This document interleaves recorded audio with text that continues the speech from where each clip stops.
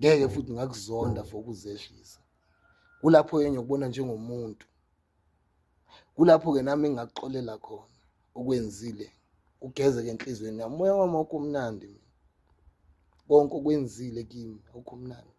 Ungibhayizisile, wangidileya, wangenza ihlazo ebantwaneni bami wena, wangiphendula inhlekisa kithi emphakathini wakithi.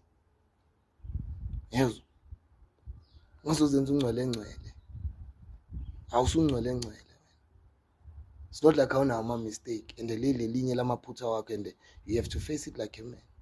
Ngalokhu uyalina le ufuna ukuyinweba, zehlise imfokamvulane, zehlise emotha, iba umuntu.